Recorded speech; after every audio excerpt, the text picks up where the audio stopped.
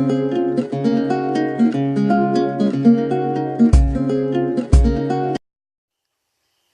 friends, আজি মই আপোনালোকক মাল্টিপ্লিকেশনৰ বেলেগ এটা নিয়ম শিকাবলৈ ওলাইছো।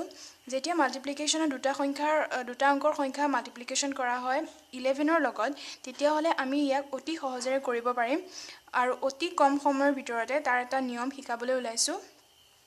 গতিকে ফাৰ্ষ্টতে আমি এটা উদাহৰণ লৈ লওঁ। 13 into 11 ইয়াত চাওক, ইয়াত আমি তিনটা স্পেস লৈ লম। এই তিনটা স্পেসৰ প্ৰথম স্পেসটোত 1 হ'ব আৰু পিছৰ স্পেসটোত 13 আছিল, গতিকে প্ৰথম স্পেসটোত 1 লিখিছো, পিছৰ স্পেসটোত 3 লিখিছো আৰু মাজৰ যোনটো স্পেস হয় মাজৰ স্পেসটোত এই দুইটাৰ যোগফলটো হ'ব, তাৰ মানে 1 + 3। তেতিয়া 1 4 3 হ'ব আমাৰ এনসাৰ।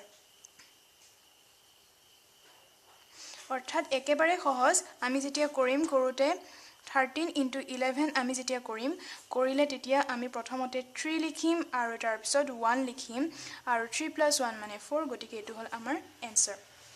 ঠিক এইদৰে আমি বেলেগ এটা উদাহৰণ লৈ লওঁ।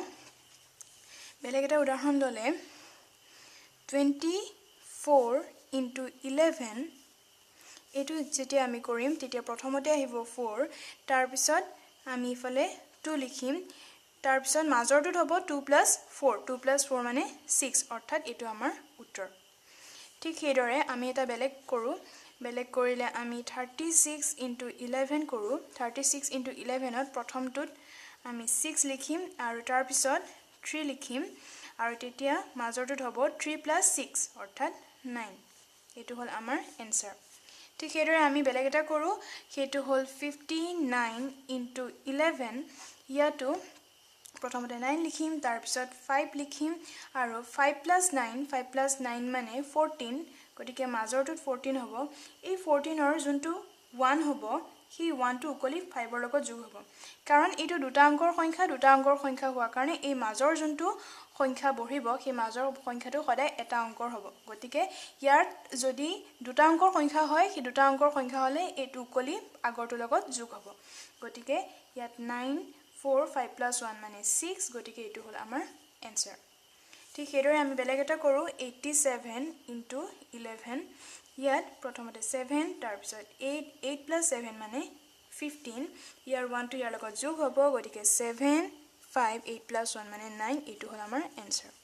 ঠিক সেইদৰে 98 into 11 ইয়াত 8 লিখো 9 লিখো, 9 + 8 9 + 8 মানে 17, গতিকে 17ৰ এই 1টো আহি ইয়াৰ লগত যোগ হ'ব, গতিকে 8 7 9 + 1 মানে 10, গতিকে এইটো আমাৰ এনসাৰ।